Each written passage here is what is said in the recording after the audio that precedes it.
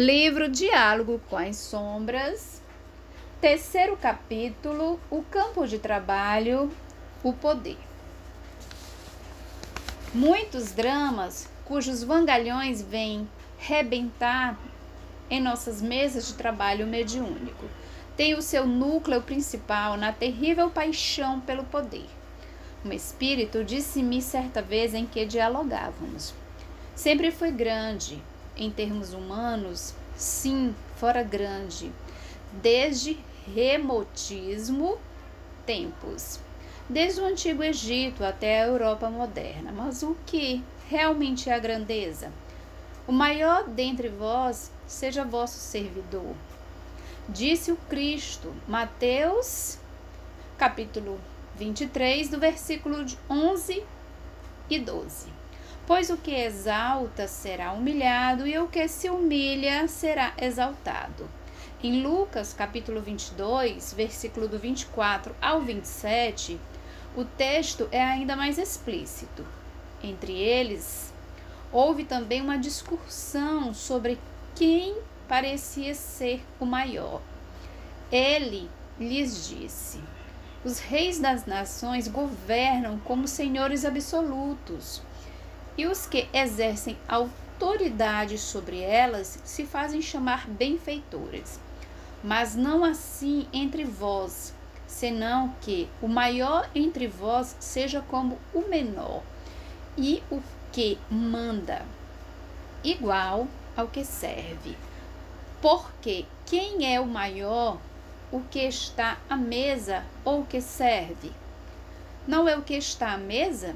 Pois eu estou entre vós como aquele que serve. Portanto, o conceito de grandeza formulado pelo Cristo não foi o de servir às nossas paixões, mas o de servir ao semelhante.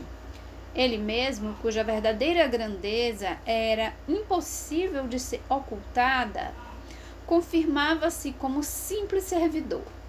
Em outra oportunidade, utilizando-se de impecável didática, Jesus confirmou e ampliou o seu pensamento, como que nos demonstrar sutilmente que não tínhamos noção real do conceito de grandeza.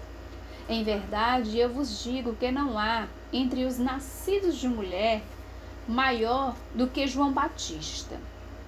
Contudo, o menor no reino dos céus é maior do que ele. Vemos assim que os parâmetros humanos de aferição da grandeza são inaceitáveis em termos espirituais. Entre nós, que tudo avaliamos segundo a insignificância de nossas medidas, tudo o que sobreleva a mediocridade de nossos horizontes torna-se grande, mesmo que do lado negativo da ética. É um grande criminoso aquele que mata com requintes de crueldade uma pessoa ou duas, mas é um grande guerreiro aquele que mata milhares. É grande o que disputou e conquistou sangue e fogo, posições de mando e governou multidões com pulso de ferro. São grandes os príncipes da igreja que ampliaram os poderes materiais da organização.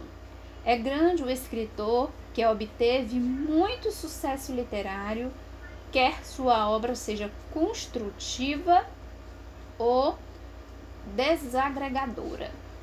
Nessa invertida escala de valores, a criatura evangelizada, serena, amorosa, que leva uma existência a serviço do próximo, em renúncias ocultas e no silêncio do anonimato, passa despercebida, ignorada e até desprezada. Isto nos induz a colocar sob suspeita nossos critérios usuais de avaliação da grandeza, pois eles nos têm levado ao longo do tempo a cometer tremendos enganos. Confundimos frequentemente o exercício do poder com a grandeza. Os sinais exteriores do poder nada dizem sobre o gabarito moral do espírito que os detém. E muitos de nós, no passado e no presente, temos nos deixado levar pela perigosa ilusão de que somos grandes, somente porque dispomos de autoridade incontestada, mas quantas vezes, como os simples anões espirituais, não temos subido as escadarias do poder? O pior, no entanto, é que o vírus do poder nos contamina e a infecção instala-se em nós por séculos e séculos. Espíritos atingidos por esse deslumbramento lamentável arrastam consigo para o mundo espiritual a paixão invencível do mando e lá se juntam a organizações trevosas que se utilizam deles para oprimir e espalhar a desarmonia por toda parte. Eles se prestam a isso, contando que lhes sejam conferidos os sinais externos do poder, as insígnias, os séquitos, os tronos, bem como o comando de vastas organizações opressoras, pois não aprenderam ainda a viver fora desse clima. A decepção de algum desses espíritos é terrível quando se encontram privados daquilo que constitui o próprio ar que respiram. Kardec nos preservou a comunicação de uma rainha indiana de Old, o céu e o inferno. Segunda parte, capítulo 7. P. Ponto.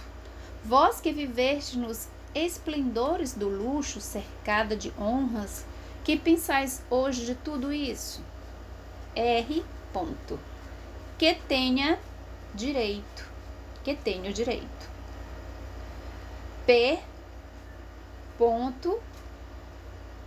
A vossa hierarquia terrestre concorreu para que tivestes outra mais elevada nesse mundo em que horas estais? R. Ponto. Continua a ser rainha. Que se enviem escravas para me servirem, mas não sei, parece-me que poucos se preocupam com a minha pessoa aqui, e contudo eu sou sempre a mesma. E depois, P. Ponto. Tendes inveja da liberdade de que gozam as europeias? R. Ponto. Que poderia importar-me tal liberdade? Servem-nas acaso ajoelhados?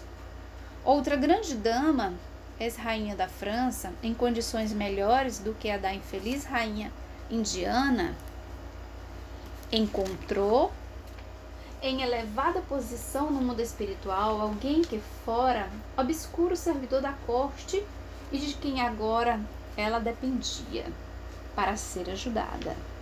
Muitos são, no entanto, os que se revezam nos postos de mando aqui e lá, montando e dirigindo terríveis organizações especializadas no crime espiritual. Dificilmente comparecem aos trabalhos de doutrinação os verdadeiros chefes dessas organizações. Vêm geralmente seus emissários mais credenciados, assessores de confianças, seus destacados líderes. Um deles, que se apresentou como líder religioso, me disse: meu imperador é fulano, e disse o nome de alguém que, em tempos idos, comandou exércitos e povos. Mesmo com os chefes menores, o trato é difícil, e não devemos alimentar esperanças de rápidas e radicais convenções. É preciso compreendê-los no próprio contexto em que vivem. Como vão deixar o poder? Entregá-lo a quem? E por quê? Como irão viver sem as roupas, sem as pompas, as ordens, as expedições, os planejamentos, as verdadeiras campanhas que desencadeiam contra aqueles que consideram seus irredutíveis adversários? Como voltar a ser um simples e endividado espírito, despojado de suas próprias defesas?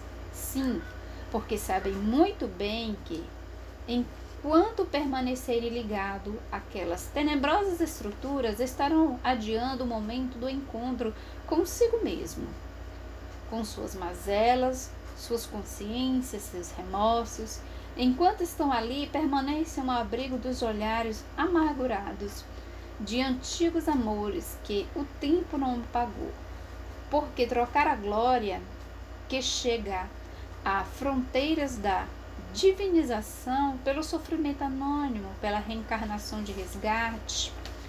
O único jeito, a única saída possível está em agarrar-se tenazmente ao poder que exercem com a sensibilidade anestesiada e por isso também que se recusam terminantemente a um diálogo que possa arrastá-los para a faixa da emoção, da brandura, da compaixão, da sentimentalidade. Enquanto estiverem no exercício do poder, estarão ao abrigo da dor maior, de enfrentarem a si mesmo. É mais fácil enfrentar a dor dos